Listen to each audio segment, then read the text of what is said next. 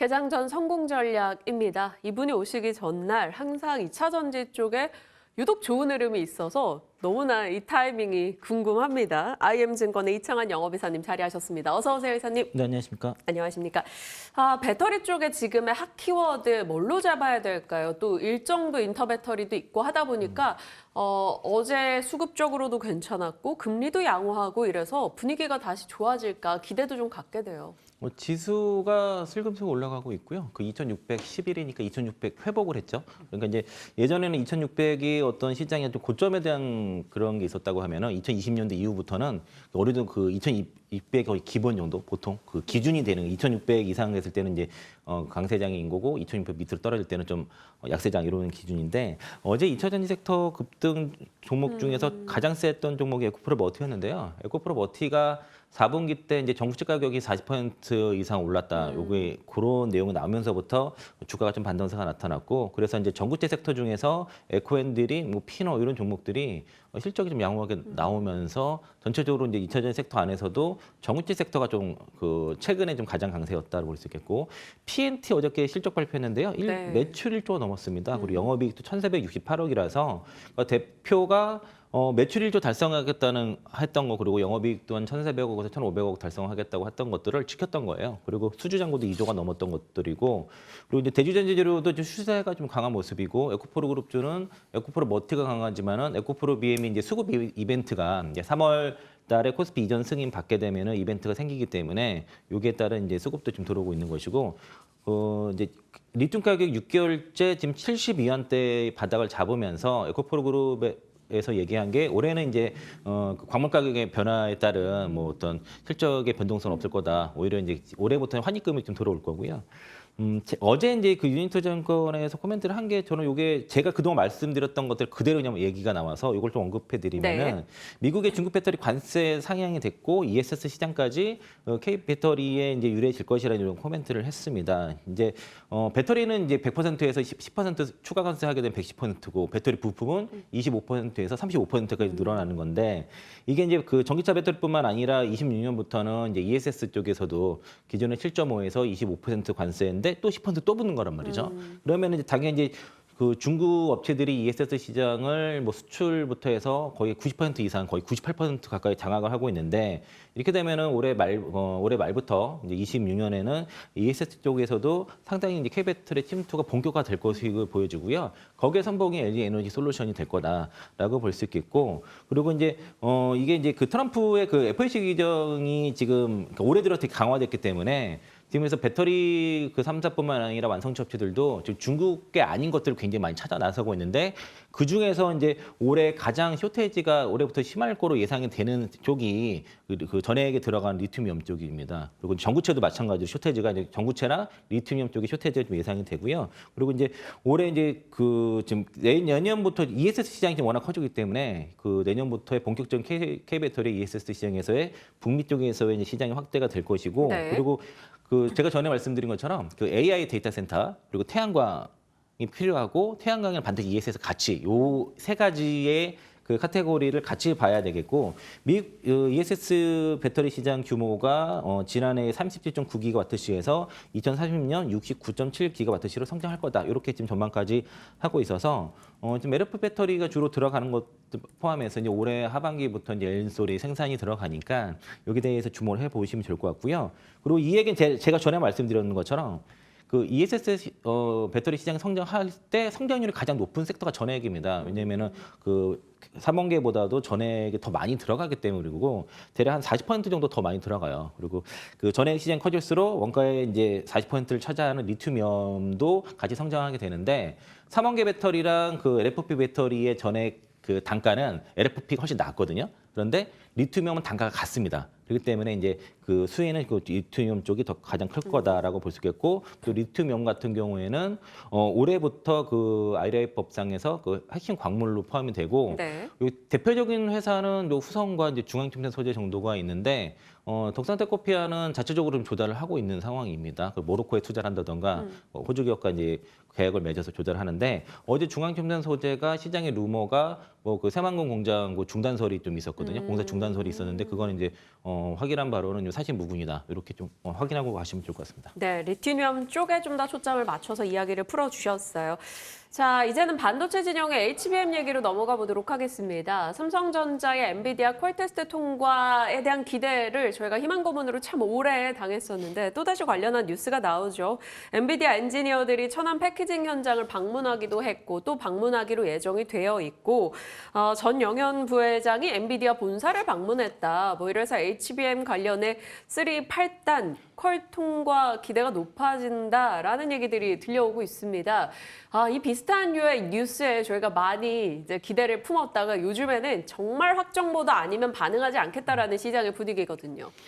뭐 지난해부터 제가 이건 콜받기 어려울 거라는 말씀을 계속 드려봤었는데 지금 그 삼성전자 쪽에서 나름의 지금 그 특히 HBM4에서는 진심을 가지고선 준비를 하고 있는데 뭐 이게 하루아침에 빨리 변화될 수 있는 건 아니니까 뭐 시간은 걸리겠지만 그러니까 이전에 이제 HBM3 이 준비한 것과 좀 다른 움직임을 현재 좀 보이고 있고 그 정영현 그 DS 부문장 겸 부회장 이 같은 경우는 나름의 이제 그 삼성전자 내에서도 좀 그 긍정적인 평가를 받으시는 분으로 좀 알고 있습니다. 그래서 그 정영현 부회장이 어쨌든 엔비디아와의 그 정기 회동을 했다는 것들에 대해서는 뭐 긍정적인 뷰가 있을 것 같고 그리고 그 HBM3 8단에 대한 지금 제품을 개선을 한 거에 대한 그 보고라든가 그리고 이런 퀄 인증에 대해서 협의를 할 것으로 예상이 돼서 그러니까 그 전에 최근에 루머 같은 경우에는 뭐 엔비디아 퀄이 이제 중국 쪽에 들어갈 공급될 거 위주로 지금 얘기가 나왔었는데 그것도 다시 계속 거짓 뉴스였는데 아마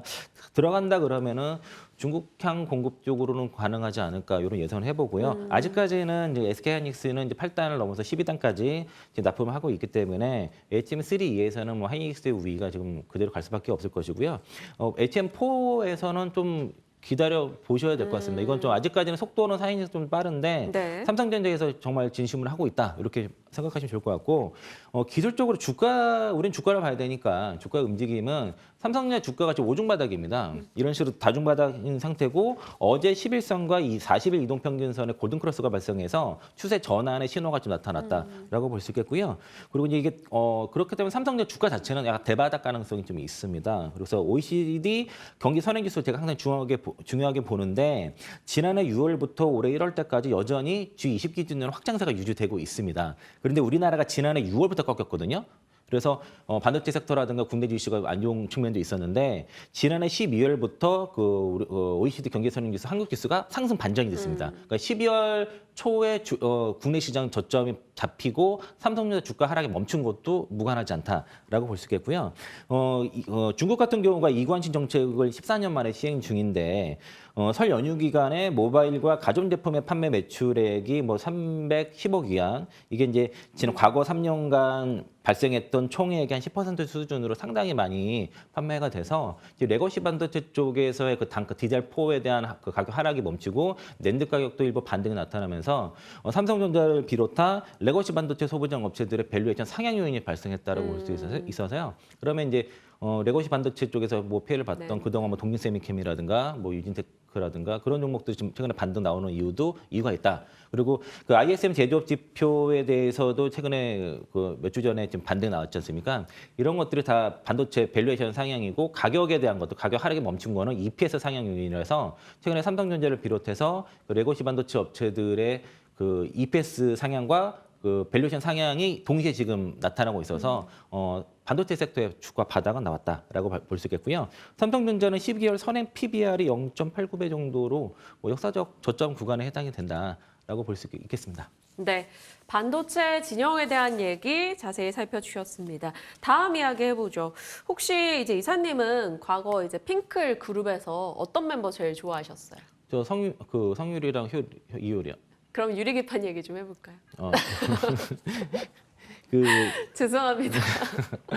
예, JNTC가 급등 나왔죠. 2월 10일부터 2월 14일 홍콩, 싱가포르 IR, 해외 IR 있다고 말씀드렸는데 요거 IR 진행되면서 주가 급등 나오면 이때 일부 좀 차익을 좀 실현해보자라고 말씀드렸고요.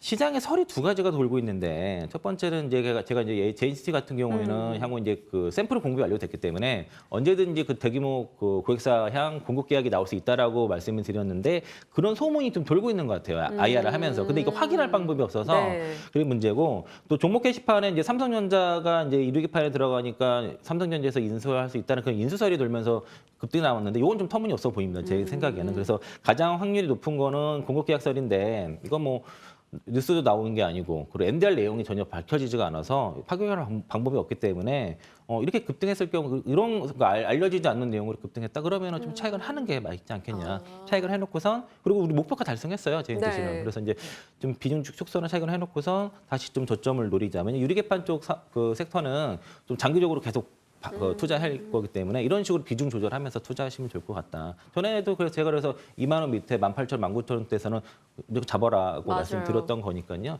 지금은 좀 신규 조건보다도 비중 줄이면서 다시 기회를 보자라고 말씀드리겠고 ISC도 좋아요. ISC 매수하자고 하면서 꾸준히 올라가는데 어제 이것도 10일, 40일선 골든크로스가 나와서 ISC는 매수 관점에서 말씀드리겠고요. 오. 최근에 신한투자에서는 목표가 10만 원까지 얘기하고 있는데 올해부터 이제 그 동사가 이제 지난 AI 반도체 매출 비중이 이제 70%대까지 확대가 됐고 그러니까 유리기판 테스트 소켓, 그리고 HBM 테스트 소켓, 그리고 이제 주문형 반도체 그 R&D용 소켓 요 세 가지의 차별적인 포트폴리오 구축이 됐으니까 이렇게 투자해보시고 이것도 괜찮. 지금 매수하셔도 좋을 것 같고 그리고 그 장비 종목들 많이 급등했는데 이게 이제 소위 말해서 그 배보다 배꼽이 더 큰 상황이 됐어요. 이런 장비 종목들. 그래서 좀 조심하셔라라고 말씀드리겠고 이 얘기를 저뿐만 아니라 다른 뭐 독립 리서치라든가 다른 기관 쪽에서 나오는 얘기들이니까 그 지금 최근에 급등한 유리기판 관련 장비 종목들은 좀 조심할 필요가 있다라고 좀 말씀드리겠습니다.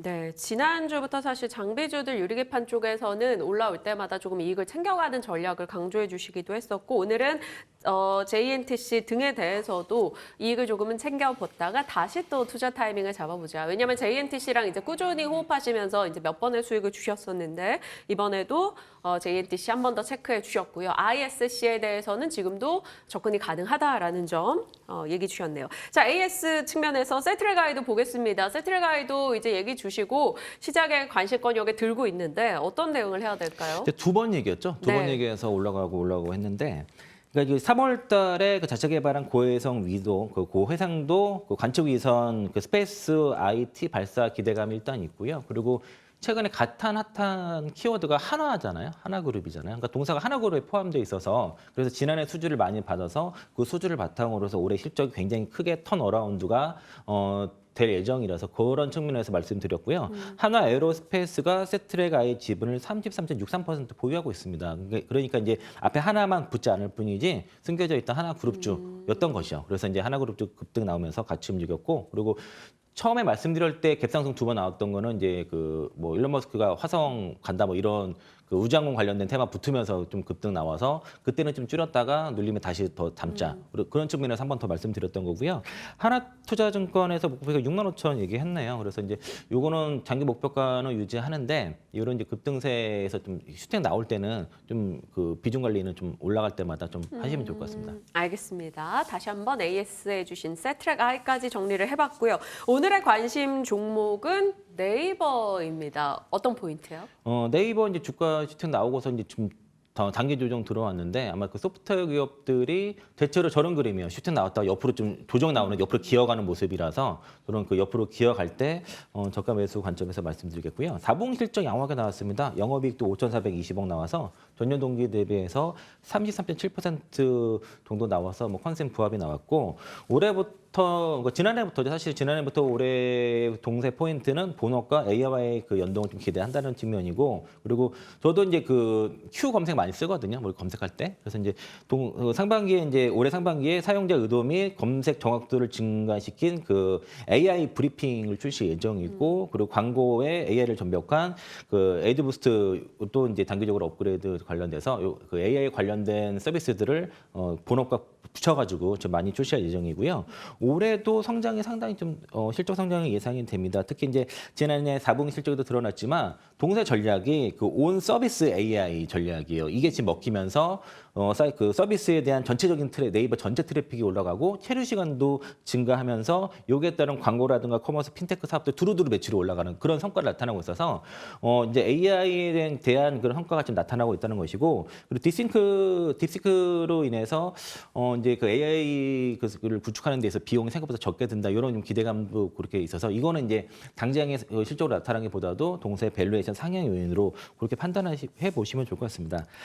제 목표가는 그 증권사 쭉 다 훑어 보니까 최상단이 상장인권에서 31만 원 제시했고요. 최하단이 신한투자에서 23만 원 정도 제시했는데 그 중간 정도 그 대치증권 26만 원 정도 목표가 말씀드리겠습니다. 네.